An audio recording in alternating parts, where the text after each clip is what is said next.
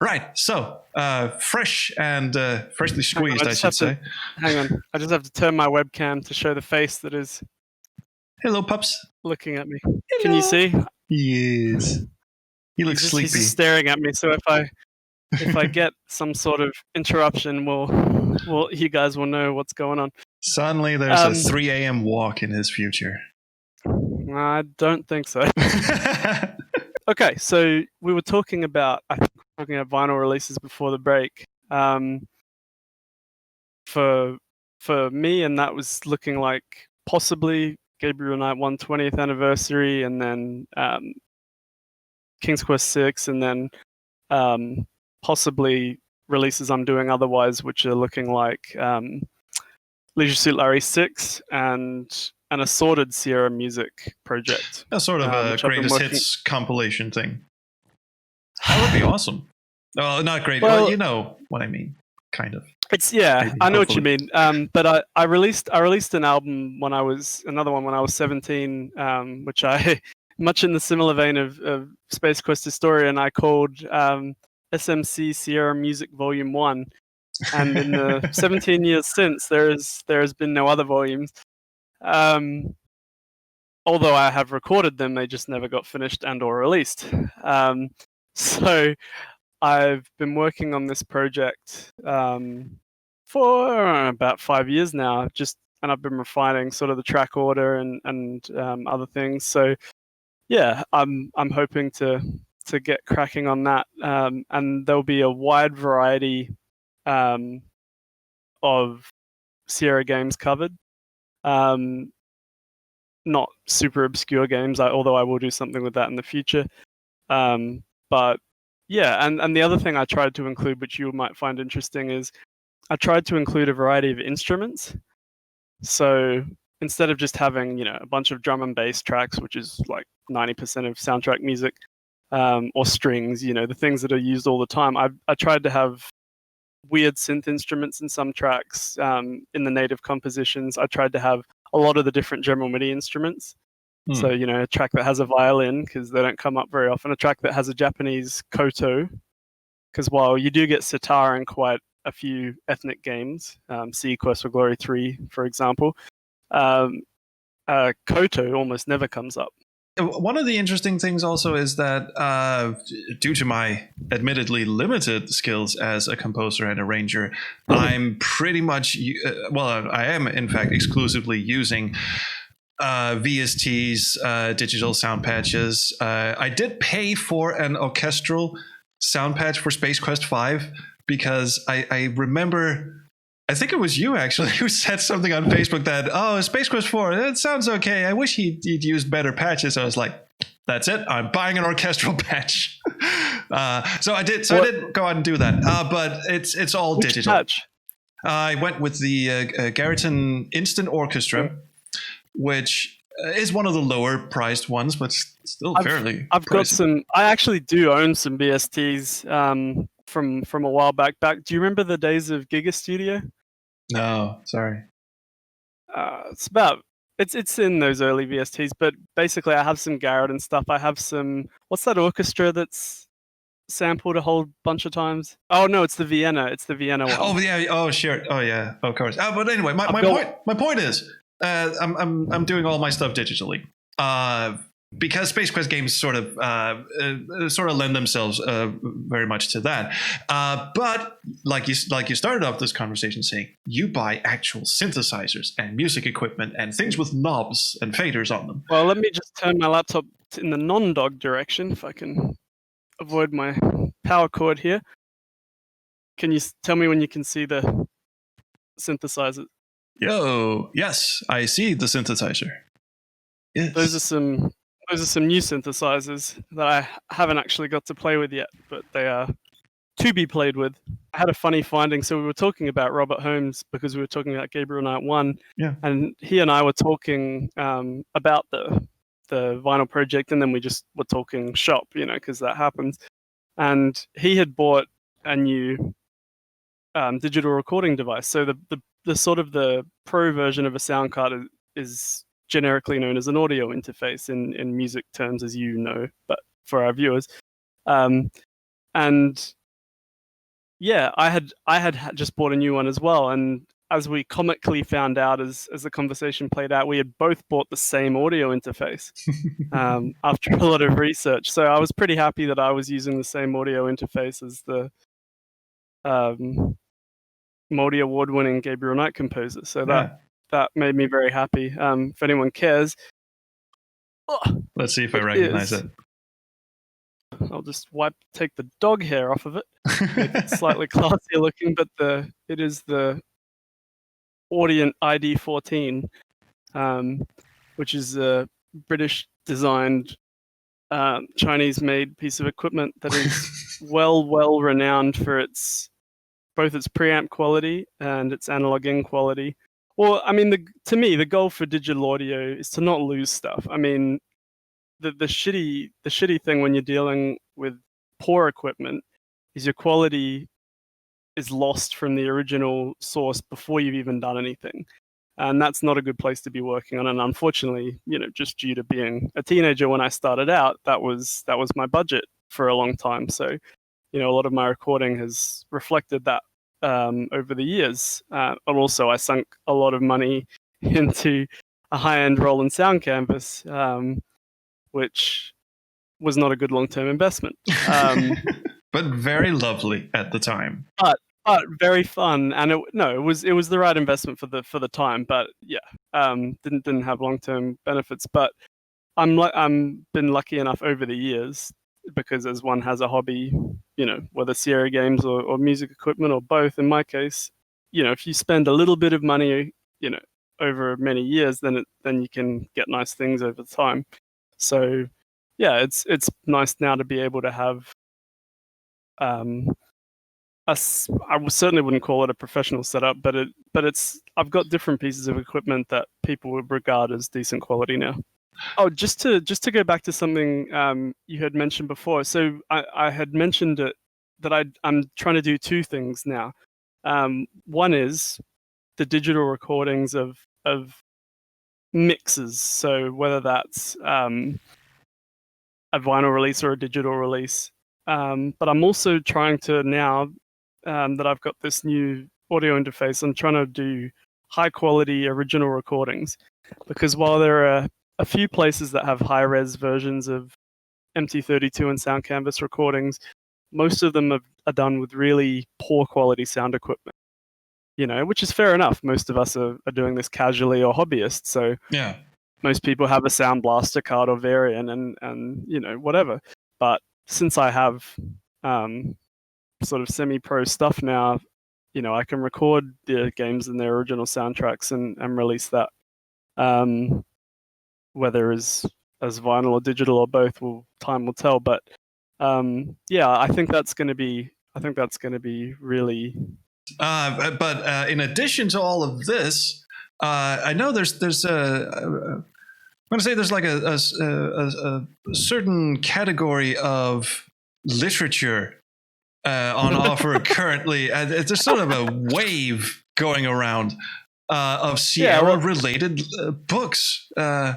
Yeah, I mean it's hard because I've already been accused by some random person on a Facebook thread of cashing in, which was funny because I don't know them and they don't know me. But although if I'm to be entirely honest, while not trying to cash in, the timing is related, because it's a time of COVID. A lot of people are at home. A lot of people are both consuming more, so there's people have had time to read books and but also some people, not all people, but some people have money burning a hole in their pocket and they want to help crowdfund things. So it's I think it's a good time to take advantage of them from that respect. I certainly don't expect to be either a million seller or make $1 million or anything like that. If I have that dream, that would be a sad awakening for me, I think. No, but it's an interesting topic, one that has not been covered by any of the other Sierra books currently on offer.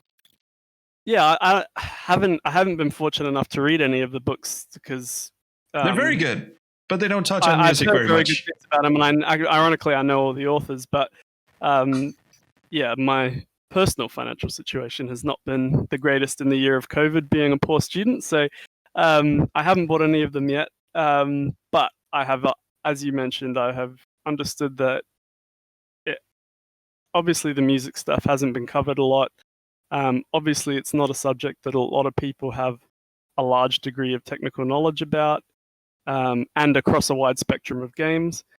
And something that occurred to me when all these books were starting to come on and either being funded or being distributed or whatever, was there was sort of two things that converged in my mind. One was, hey, these books are actually being successfully funded, so there's demand for people reading about Sierra, obviously, because if there wasn't, people wouldn't be funding 3 books in the last 12 months about the topic. It's a sort of story that's been told in fan communities, but never really reached that much of a wide audience. About Sierra? Yeah, just generally Sierra stories are sort of shared inside the community, but sort of mythically, yeah, mythically, exactly. So now they're finally getting to the outside world, so to speak, and it's an interesting story, also on the musical side.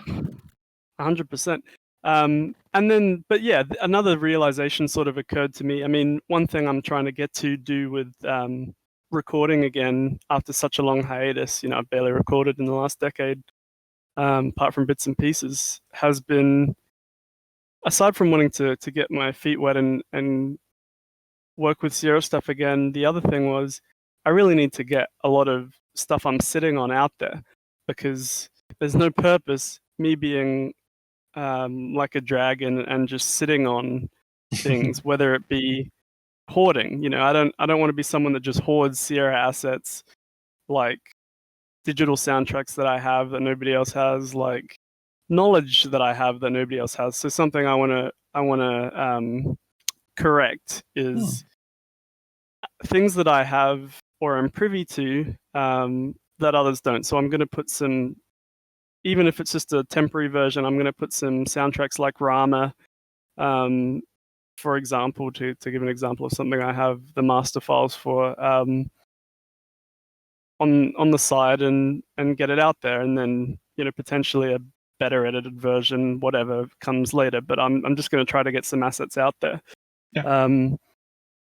because God forbid if I died tomorrow, well, those assets would be lost. They'd be gone, and the knowledge that I have would be gone, because I've accumulated so much knowledge from so many people over the last 20 years, and it's happened incrementally. It never happened all in one big magic, one big matrix dump just inserted into your brain. It wasn't a matrix dump. So for me, the real purpose of the book idea was to sync up with this kind of process that I'm going through, but also to try to share some of the stories and information that I've gathered with everybody, because there's no point me having it all and just sort of sharing it every so often anecdotally in a Sierra Facebook group. I'd like to be able to compile it and tell it, but not just in a nerdy music way, because I don't really have the desire to create a book that only I would want to read, if you know what I mean. It needs to be technical to serve the purpose, but it doesn't need to be so technical that it's dry and boring and nobody would ever want to read it. So something that I'm very keen to do, because I don't think this has been really covered in other Sierra books either, is I want to tell stories of people involved with the games as well. So what I mean by that is, if I'm talking to somebody that worked on Space Quest 5, since we've talked about that game a million times tonight, I'm instead of just talking to the composers about the music, which will obviously happen, I might talk to the director or an artist about a memory they have during the game, to tell stories as well. So there's a reason that my Facebook group is called Sierra Music and Memories, and not just something purely based around music, because music didn't exist in a vacuum. And for all the joy that I've gotten out of Sierra's music in the last 20 years and more, it doesn't exist in a vacuum. I don't hear the Space Quest theme and think, that's a lovely piece of music with no other thought process as well. I think of Roger Wilco, I think of the games, linked to a memory.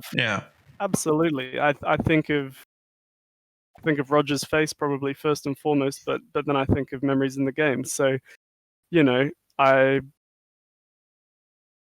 want to be able to not just tell facts and figures about things. I want to be able to tell stories about the games that they appeared in. And there's a lot of really good stories out there. The amount of stories that I've heard, some are not printable, sadly. Yeah, Sean ran into the same problem. There are some really juicy ones out there that could, probably should be kept. I could write a book just on juicy stories from Sierra Online, but there will be way too many lawsuits involved and libel suits involved in some of those. Yeah. But keeping it surface level, interesting memories and colloquial. There's some great ones. There's some great dynamics ones that have been coming out recently about when they were shooting the motion capture scenes for Heart of China and Space Quest 5. There's just some absolute doozies. Stuff. I mean, the saying, "Truth is stranger than fiction." There are definitely some of these stories that are funnier and stranger than you would ever believe, because of some of the limitations these guys had doing $1 million things on a not always $1 million budget. Oh yeah, they were masters of working. I mean, Space Quest 5 looks like an interactive comic book to this day, and for 1993, it was. I mean, the things they got away with. The Dynamics was doing that 2 years before. If you think Space Quest 5 is amazing, Dynamics was able to do that stuff 2-3 years earlier. Like they really batted above. Like I'm amazed at how good quality Dynamics is able to do things. Although, having learned recently at some of the amazing budgets that were allowed by Ken Williams in some of those early games, the luster has gone off it slightly, knowing that they did get obscene amounts of money, and the reason they stopped making adventure games was because that money was only there for as long as they could return that investment. Yes. I mean, there's a reason why there's not a talkie version or CD-ROM version of Space Quest 5, and that is, well, Dynamics was not doing very well financially by the time that game came out. But relative to, they were getting the money, they just weren't returning that money if it wasn't a game like The Incredible Machine. And honestly, Dynamics were bought for their simulation games, their Red Baron and their 3D technology, and they were not being bought for their adventure game prowess, although they certainly had them.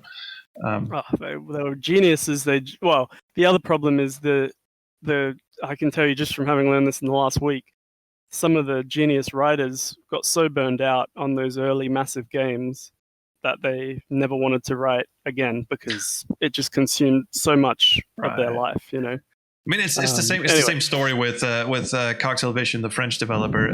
They didn't get bought by Sierra because they thought the games were fun and quirky. They were bought because they had excellent FMV compression, and Sierra wanted to get into FMV. So now they were suddenly saddled with a bunch of French, very, very difficult French games to localize. Although I will just say, on a music perspective, I think that the music for the Inca games is some of the best non-English Western video game music of all time. Like Lost in Time is also fantastic. But especially the Inca games, I would say. Inca is maybe tremendous. If you listen to Inca on the guy that wrote that music, Giles, I can't pronounce his last name because it's got too many vowels in it. He was and is a bass player for a rock band, and he's just an incredibly gifted musician, and the stuff that he created in that game is just, I mean, it's A+. Stuff. When the intro to Inca starts, that deep rumbling synth bass that comes in,